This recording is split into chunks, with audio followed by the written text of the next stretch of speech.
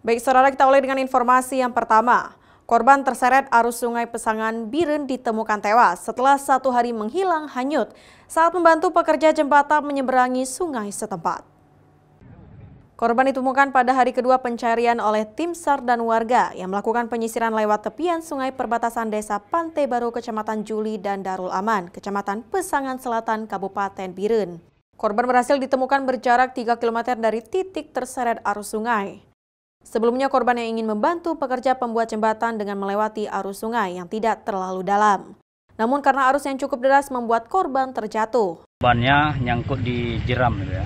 Kita bisa bilang di tempat arus deras gitu. Dia nyangkut di bawah, kebetulan talinya ke bawah itu.